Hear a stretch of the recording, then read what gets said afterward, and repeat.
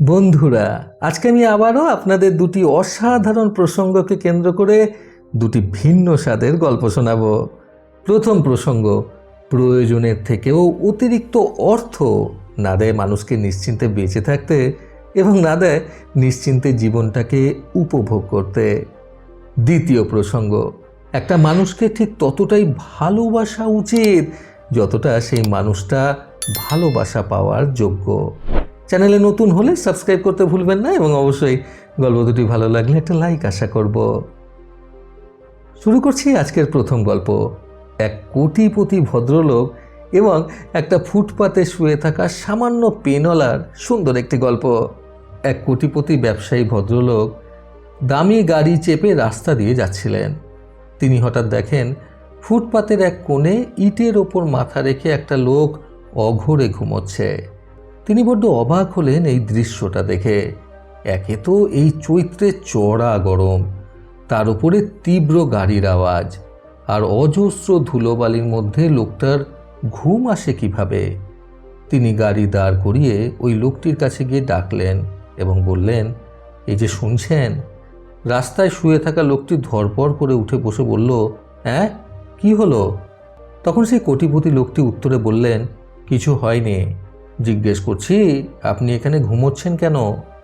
ঘর বাড়ি নেই আপনার? তখন সেই রাস্তার লোকটি নিজের চোখ দুটো ডলতে ডলতে কোটিপতি লোকটিকে উত্তরে বলল, খুব ঘুম পেয়েছিল স্যার, আমার বাড়ি আছে গ্রামে, ভোরে উঠে পেন বিক্রি করতে শহরে আসি, বিকেলে আবার চলে যাই। ব্যবসায়ী ভদ্রলোক কৌতূহলী হয়ে জিজ্ঞাসা করলেন, তা আজ কত টাকার পেন বিক্রি হলো? তখন ফুটপাতে শুয়ে থাকা সেই লোকটি উত্তরে বলল, আগে 150 টাকার। তখন সেই কোটিপতি ভদ্রলোকটি জিজ্ঞাসা করলেন, এতে সংসার চলে? লোকটি তখন হাসতে হাসতে বললেন, হ্যাঁ, চালালেই চলে। সন্ধ্যেতে পাড়ার কানাইদার গ্যারেজে সাইকেল সারাই করি তো কিছু টাকা হাতে আসে সেখান থেকেও। তবে কি জানেন তো স্যার, আমার মেয়েটার শরীরটা না মোটেও ভালো যাচ্ছে না, কদিন থেকে জ্বরে ভুগছে মেয়েটা আমার।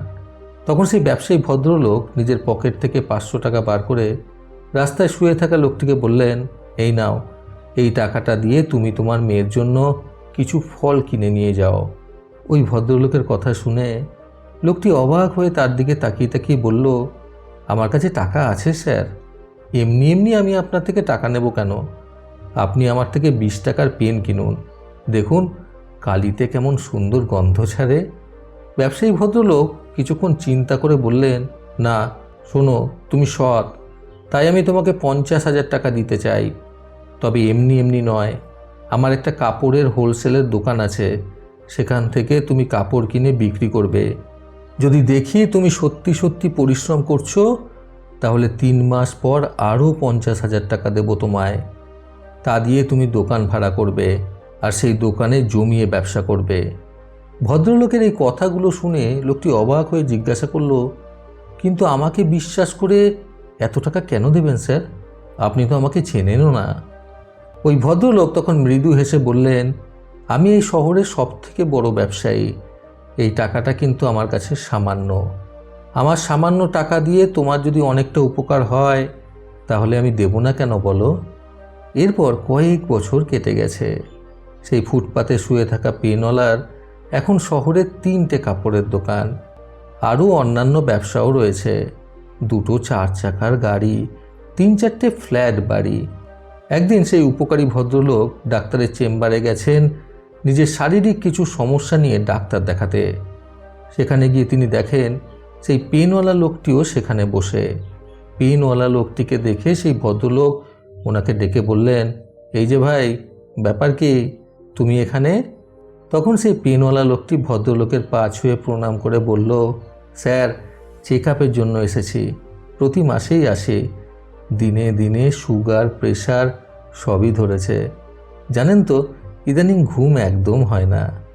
উপকারী ভদ্রলোক তখন মুচকি হেসে বললেন, সে কি, সেদিন তো 150 টাকা নিয়েও নিশ্চিন্তে ঘুমোচ্ছিলে রাস্তায়, আর আজ এসির নিচে নরম বিছানাতেও তোমার ঘুম আসছে না?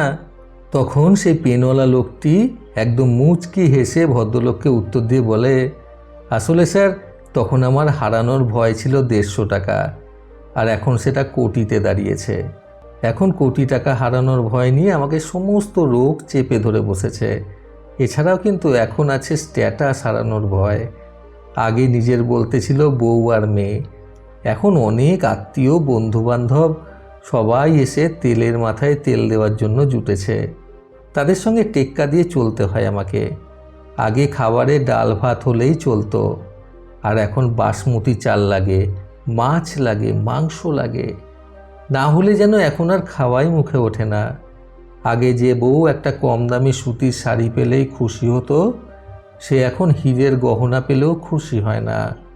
মেয়েটা সুস্থ হয়েছে ঠিকই, কিন্তু এখন তার চাহিদা অনেক। সেগুলো না পেলে সে আবার ডিপ্রেশনে চলে যায়।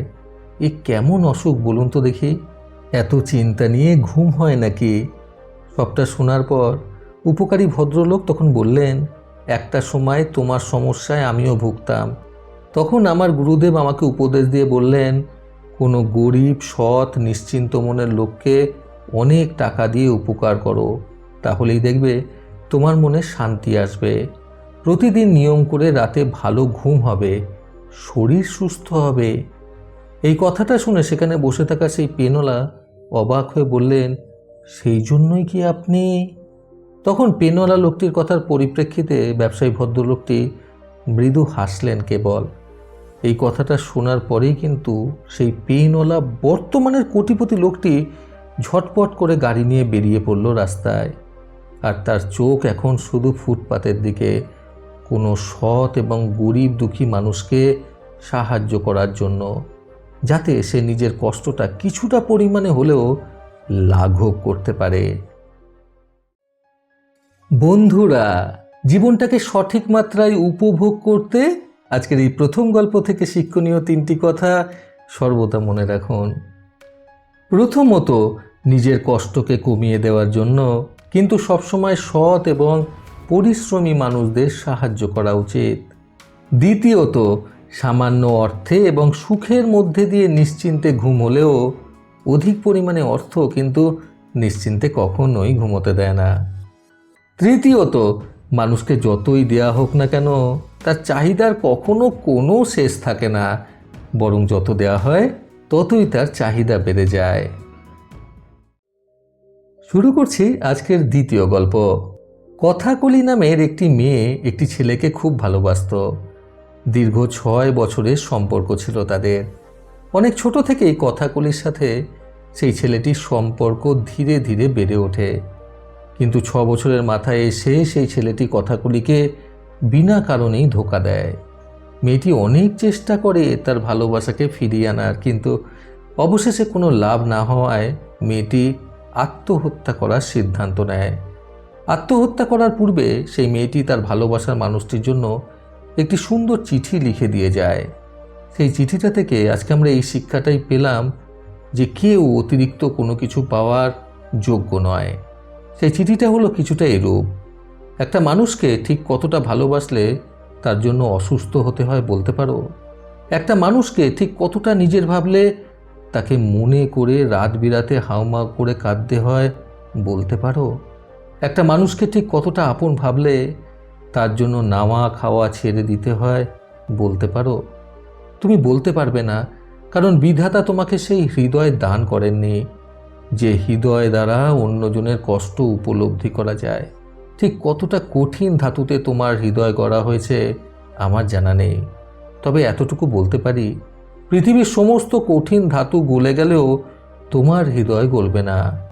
একটা মানুষ ঠিক কতটা পাষাণ হলে প্রিয়জনের অসুস্থতার খবর শুনেও চুপ থাকতে পারে বলতে পারো? না, আমি তো কখনোই তোমার প্রিয়জন ছিলামই না। তুমি কখনো আমাকে ভালোবাসতেই পারোনি, মন দিয়ে কখনো বুঝতে চাওনি আমায়। আমি তোমায় কতটা ভালোবাসি সেটা যদি বুঝতে পারতে, তাহলে এই পৃথিবীর সমস্ত কিছু তোমার কাছে তুচ্ছ মনে হতো। তুমি সব কিছু ছেড়ে ছুড়ে আমার কাছে ফিরে আসতে। অথচ তোমায় আমি প্রিয়জন ভাবতাম, এখনও ভাবি। তোমায় নিয়ে ভাবতে ভাবতে নিদ্রাহীন কাটে আমার এক একটা দীর্ঘ রাত। আমার সমস্ত কিছুতেই যেন তোমার বিচরণ, তোমার বসবাস। আমি ভেবেছিলাম আমিও হয়তো সারা জীবন তোমার প্রিয়জনই থাকব, অথচ তোমার প্রয়োজনের মধ্যেও এখন আর আমি নেই, বরং আমি হয়ে গেলাম অবহেলায় মোড়ানো কোনো পুরাতন বস্তু। যখন তোমার অবহেলায় আমি বারবার ছিটকে পড়ে যাই, তখন খুব ইচ্ছে হয় শক্ত হয়ে উঠে দাঁড়াতে, তোমায় ভুলে যেতে। অথচ আমি উঠে দাঁড়াই ঠিকই, কিন্তু তোমাকে ভুলে যাওয়ার বদলে আরও বেশি করে তোমার সাথে জড়িয়ে যাই, ইচ্ছে করেই তোমার অবহেলার শহরে হারিয়ে যায়। এই বলে সেই মেয়েটি নিজের বেদনাদায়ক লেখাটি শেষ করে নিজের শেষ নিঃশ্বাস ত্যাগ করে পৃথিবী ছেড়ে সারা জীবনের মতো চলে যায়। বন্ধুরা, প্রকৃত ভালোবাসা বুঝতে আজকের এই দ্বিতীয় গল্প থেকে শিক্ষণীয় 3টি কথা সর্বদা মনে রাখুন। প্রথমত, কাউকে ভালোবাসা ভালো, কিন্তু তাকে কখনোই অন্ধের মতো ভালোবাসা ভালো না। দ্বিতীয়ত, অন্যকে ভালোবেসে নিজের সর্বস্ব দিয়ে দেওয়ার আগে নিজেকে সর্বস্ব দিয়ে ভালোবাসা উচিত। তৃতীয়ত, ভালোবাসার দ্বারা প্রতারিত হলেই যে নিজের জীবন শেষ করে দিতে হবে, এটা ভাবনা চিন্তা করা ঘোরতর অপরাধ। প্রতিবারের মতো আবারও বলবো, এই পৃথিবী তাদেরকেই সম্মান দেয় যারা ইউনিক কিছু করার ক্ষমতা রাখে। সকলের সুস্থ এবং সুন্দর জীবন কামনায় প্রকৃত জীবন থেকে আমি সন্তু চক্রবর্তী আবার আসবো আগামীকাল নতুন সুন্দর শিক্ষণীয় একটি ছোট গল্পের সাথে। ভালো শুনুন, ভালো থাকুন। ধন্যবাদ।